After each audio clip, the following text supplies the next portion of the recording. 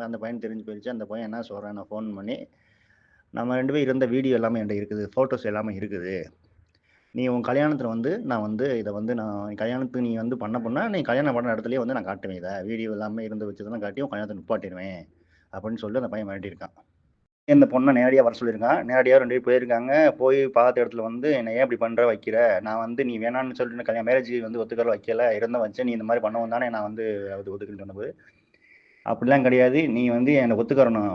எப்படி சொல்றான்னா, "என் கூட வந்து நீ இருக்கணும். என் ஃப்ரெண்ட்ஸு கூடயும் வந்து இருக்கணும்." அப்படின்னு சொல்லியிருக்கான்.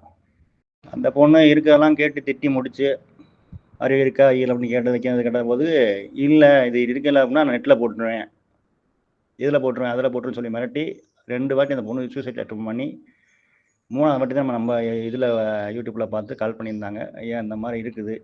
2 வாட்டி சூசைட் அட்டெண்ட் பண்ணிட்டேன். எங்க வீட்ல கேட்குறாங்க. வீட்டுக்கு தெரியவே தெரியாது இந்த மாதிரி நடக்க வைக்கிறதுக்கு.